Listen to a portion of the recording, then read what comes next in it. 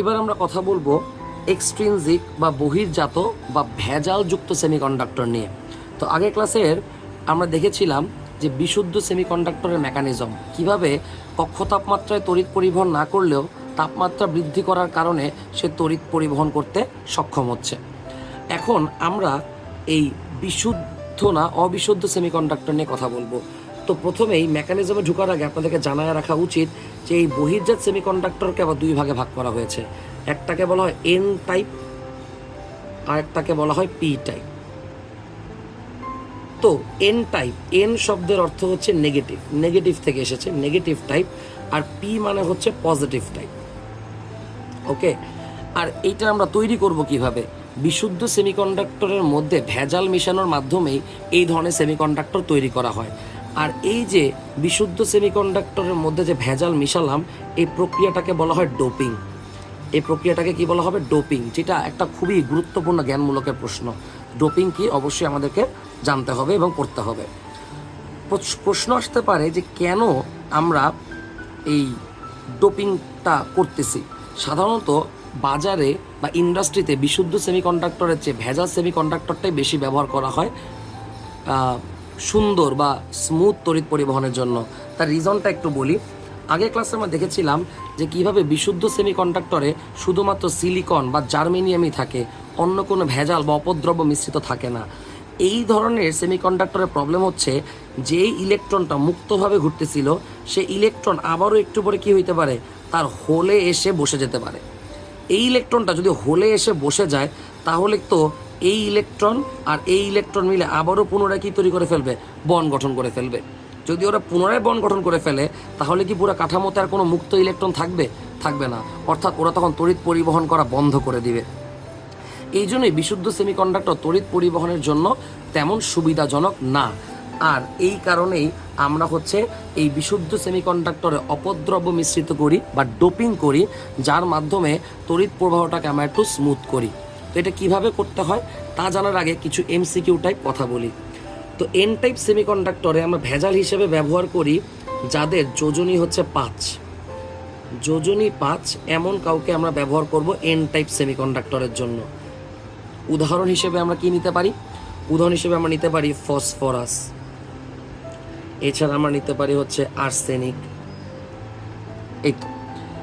কিন্তু যদি P type সেমিকন্ডাক্টরে যাই, তাহলে সেখানে আমাদেরকে অপদ্রব্য হিসেবে মিশ্রিত করতে হবে এমন কোনো মৌল যার যোজনী হচ্ছে 3।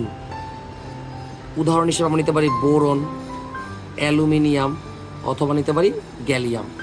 তো খেয়াল করে দেখেন, সিলিকনের যোজনী কিন্তু 4, তাই না?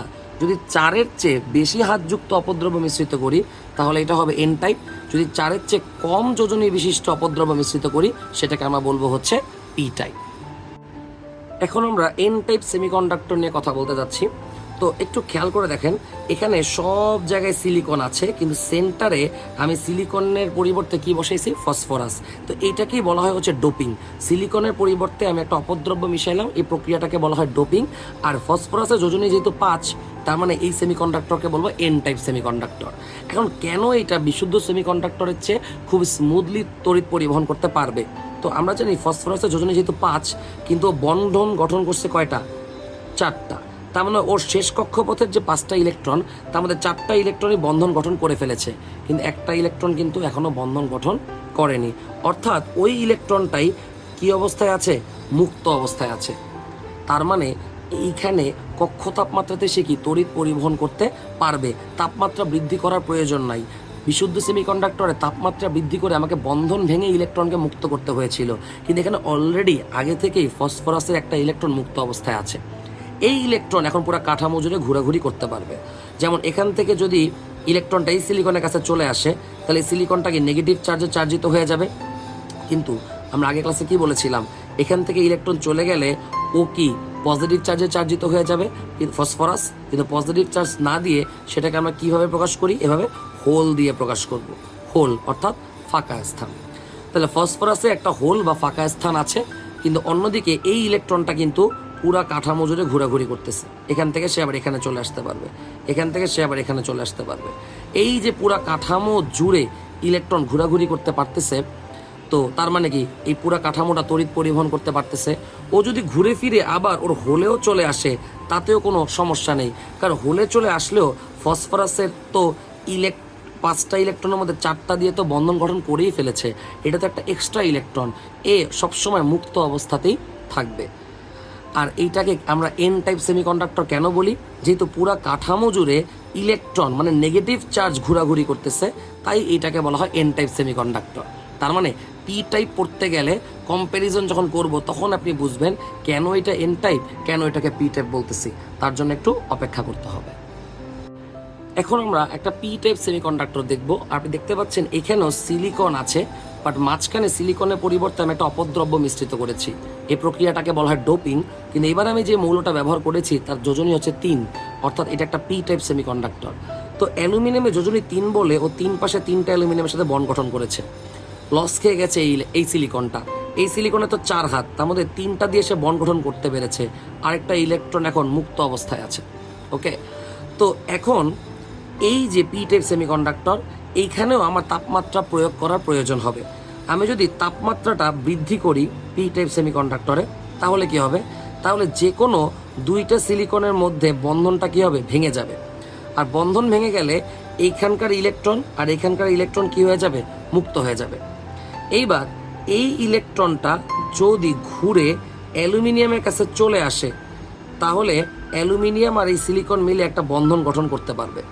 কিন্তু অ্যালুমিনিয়ামের যোজনী তো 3, কিন্তু ও তখন একটা এক্সট্রা বন্ধন গঠন করে ফেলেছে, কারণ একটা এক্সট্রা ইলেকট্রন এসেছে। তো অ্যালুমিনিয়ামের মাথায় আমরা কি দিব, নেগেটিভ চার্জ। আর এখান থেকে যে ইলেকট্রনটা চলে গেল, এখানে পজিটিভ চার্জ অর্থাৎ হোল তৈরি হয়ে যাবে। এবার তাপমাত্রা তো আমি বাড়িয়েই যাচ্ছি, অন্য দিকের একটা সিলিকন বন্ড ভেঙে গেছে, এখানে ইলেকট্রন মুক্ত হয়ে গেল, এখানে ইলেকট্রন মুক্ত হয়ে গেল। এই ইলেকট্রনটা আইসা যদি হোলে বসে পড়ে, তাহলে ওরা আবার আগের মতো বন্ধন গঠন করে ফেলবে, কিন্তু এখান থেকে ইলেকট্রন চলে যাওয়া এইখানে একটা হোল তৈরি হবে, অর্থাৎ ঘটনাটার পুনরাবৃত্তি ঘটতে থাকবে।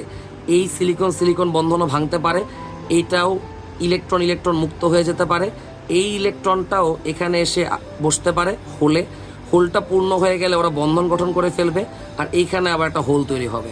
অর্থাৎ আপনি খেয়াল করে দেখবেন এখানে কিন্তু অ্যালুমিনিয়ামের কাছে ইলেকট্রনটা ফিক্সড আছে, কিন্তু পুরা কাঠামো জুড়ে কে ট্রাভেল করতেছে, পজিটিভ চার্জ অর্থাৎ হোল। একবার হোলটা এখানে ছিল, একবার এখানে ছিল, একবার এখানে আসছে।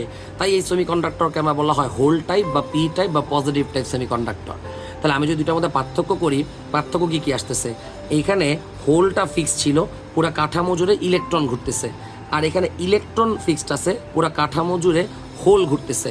তাই এন টাইপে আমরা ইলেকট্রনটাকে বলি হচ্ছে মেজর চার্জ ক্যারিয়ার, বা বাংলায় এটাকে আমরা বলি হচ্ছে লঘিষ্ঠ আধান বাহক।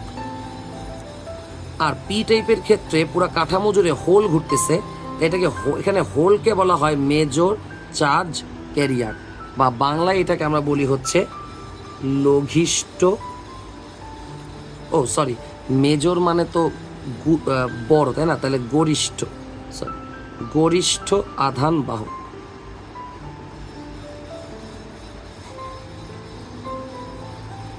ওকে, তাহলে এমসিকিউর জন্য আমরা এতটুকু মনে রাখতে পারি। বা আরও সহজ কথা, এন টাইপ যেহেতু নেগেটিভ টাইপ, তাহলে এখানে ইলেকট্রন হচ্ছে major charge carrier. P type যেহেতু পজিটিভ টাইপ, এখানে হোলকে বলবো হচ্ছে আমরা মেজর চার্জ ক্যারিয়ার।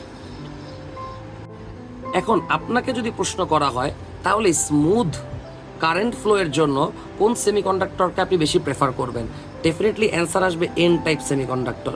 তার রিজন হচ্ছে এন টাইপ সেমিকন্ডাক্টরে তাপমাত্রা প্রয়োগের কোনো প্রয়োজনই নেই, কারণ এন টাইপ সেমিকন্ডাক্টরে অলরেডি আগে থেকে মুক্ত ইলেকট্রন থাকে। আর এরপরে গিয়ে আমরা চাইলে পি টাইপ সেমিকন্ডাক্টরটাকে প্রাধান্য দিতে পারি, কারণ এইখানেও এই যে শুরুর যেই সিলিকনটা ছিল তার কিন্তু একটা ইলেকট্রন মুক্ত অবস্থাতেই ছিল। আর বিশুদ্ধ সেমিকন্ডাক্টর আমরা ব্যবহার করি না বললেই চলে। তার রিজন হচ্ছে বিশুদ্ধ সেমিকন্ডাক্টরে তাপমাত্রা প্রয়োগ করতেই হবে, প্রয়োগ করাটা ম্যান্ডেটরি, না হলে ইলেকট্রনকে মুক্ত করা যাবে না। আমরা যদি তাহলে এবার ওভারঅল সামারি দিই, এই যে আমি আপনাদের মেকানিজম দেখাইলাম, এই মেকানিজমগুলো এক্সামের জন্য ইম্পর্টেন্ট না, এখান থেকে ইনফরমেশনগুলো ইম্পর্টেন্ট। লাইক এন টাইপকে বলা হয় নেগেটিভ, পি টাইপকে বলা হয় পজিটিভ, এন টাইপে আমরা কাকে ব্যবহার করি, পি টাইপে আমরা কাকে ব্যবহার করি, ডোপিং কাকে বলে, এই সব জিনিসই ইম্পর্টেন্ট, মানে এইসব চিত্র আঁকাটা ইম্পর্টেন্ট না। আশা করি সবাই বুঝতে পেরেছেন।